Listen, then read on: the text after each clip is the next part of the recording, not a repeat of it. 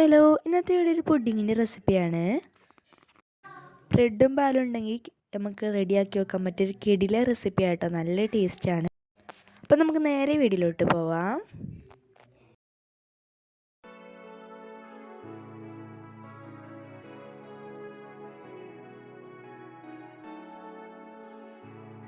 അതിനായിട്ട് ഞാൻ ആദ്യം തന്നെ പാലെടുത്തിട്ടുണ്ട്. ഒരു പാക്കറ്റിൻ്റെ അര പാക്കറ്റോളാണ് ഞാൻ എടുത്തിട്ടുള്ളത്. അതിലേക്ക് ഒരു മുട്ടയും കൂടി ഒഴിച്ചിട്ട് നന്നായിട്ട് മിക്സ് ചെയ്തെടുക്കാം. നമുക്ക് നന്നായിട്ട് തന്നെ മിക്സ് ചെയ്തെടുക്കാം കേട്ടോ. മിക്സ് ചെയ്തതിന് ശേഷം നമുക്കിത് ഗ്യാസ് ഓൺ ചെയ്തതിന് ശേഷം ഗ്യാസ് നമുക്ക് വെച്ചെടുക്കാം. ഇത് ചെറുതായിട്ട് ചൂടായി വരുന്ന സമയത്ത് നമുക്കിതിലേക്ക് ഒരു കാര്യം കൂടി ചേർത്തെടുക്കാണ്ട്. അപ്പോൾ നമുക്കിത് റെഡിയാക്കി എടുക്കാം. അതിനായിട്ട് ഒരു മിക്സിയുടെ ജാറിലേക്ക് ആവശ്യത്തിന് പഞ്ചസാരയും അതുപോലെ തന്നെ ഒരു 3 ഏലക്കായും കൂടി ഇട്ടിട്ട് നന്നായിട്ട് പൊടിച്ചെടുക്കാം കേട്ടോ. ഇപ്പം ഞാനിത് പൊടിച്ചെടുത്തിട്ടുണ്ട്.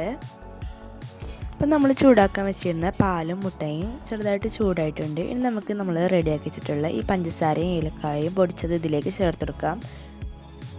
നിങ്ങൾക്ക് എത്രത്തോളം മധുരം വേണം അതിനനുസരിച്ച് പഞ്ചസാര ഇട്ട് കൊടുക്കാം കേട്ടോ പൊടിക്കുന്ന സമയത്ത്.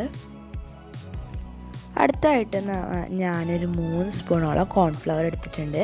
അതിലേക്ക് വെള്ളം കൂടി ചേർത്തിട്ട് നന്നായിട്ട് മിക്സ് ചെയ്തെടുക്കാം. ഇനി ഇതും കൂടി നമുക്കിതിലേക്ക് ഒഴിച്ചെടുക്കാം. ഇനി ഞാനൊരു കാര്യം പറയാം, ഈ ചാനൽ ഇതുവരെയായിട്ട് സബ്സ്ക്രൈബ് ചെയ്യാത്തവർ ഒന്ന് സബ്സ്ക്രൈബും കൂടി ചെയ്യണേ.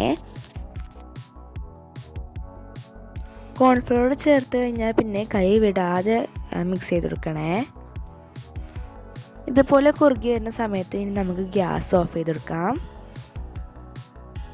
അപ്പം നിങ്ങൾക്ക് വീഡിയോ കണ്ടാൽ മനസ്സിലാവുമായിരിക്കും ഞാനിത് എത്രത്തോളമാണ് കുറുക്കിയെടുത്തിട്ടുള്ളത് എന്ന്. ഇനി ഇതിവിടെ ഇരിക്കട്ടെ.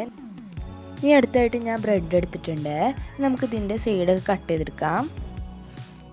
അപ്പം ഞാൻ ഈ ബ്രെഡ് ഇവിടെ കട്ട് ചെയ്തെടുത്തിട്ടുണ്ട്. ഇനി ഞാൻ അതുപോലത്തെ ഒരു പാത്രത്തിലേക്ക് ഓരോന്നായിട്ട് വെച്ചെടുക്കുന്നുണ്ട്. ഇനി അടുത്തായിട്ട് ഇതിൻ്റെ മുകളിലേക്ക് നമ്മൾ റെഡിയാക്കി വെച്ചിട്ടുള്ള ഈ മിക്സ് ഇതിൻ്റെ മുകളിലേക്ക് ഒഴിച്ചെടുക്കാം കേട്ടോ.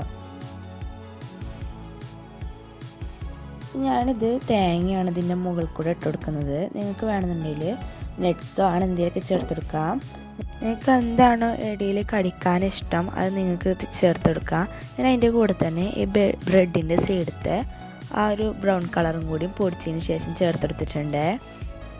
ഇനി വീണ്ടും ബ്രെഡ് ചേർത്തതിന് ശേഷം വീണ്ടും ഇതുപോലെ തന്നെ ഈ ഒരു മിക്സ് ചേർത്തെടുക്കാം.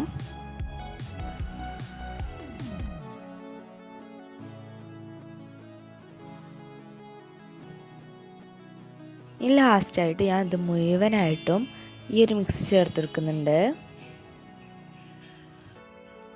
ഇനി അതിൻ്റെ കൂടെ തന്നെ ഈ ഒരു തേങ്ങയുടെ ഒരു സാധനമായിട്ട് ഇതിനെന്താ പറയാമെന്ന് അറിയത്തില്ല.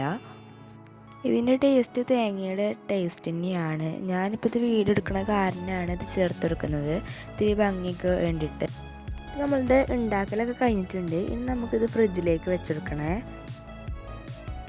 1 മണിക്കൂറെങ്കിലും ചുരുങ്ങിയത് ഫ്രിഡ്ജിൽ വെക്കണം. അല്ലെങ്കിൽ നിങ്ങൾക്ക് ഇതുപോലെ തന്നെ വേണമെങ്കിലും കഴിക്കാം കേട്ടോ. ഞാനിപ്പോൾ ഇത് 1 മണിക്കൂറിന് ശേഷം എടുത്തിട്ടുള്ളതാണ്. നല്ല രീതിയിൽ തന്നെ ഇത് സെറ്റായിട്ട് വന്നിട്ടുണ്ട്. ഇതെന്തായാലും ഒന്ന് ട്രൈ ചെയ്ത് നോക്കുക കേട്ടോ. നല്ല ടേസ്റ്റ് ഉണ്ട്. അതുപോലെ തന്നെ അത്രയ്ക്ക് കൂടുതൽ ചേരുവകളൊന്നും ഇതിലേക്ക് ആവശ്യമായിട്ടില്ല. പെട്ടെന്ന് റെഡിയാക്കി എടുക്കാം. അപ്പോൾ ഇന്നത്തെ വീഡിയോ ഇത്രയേ ഉള്ളൂ.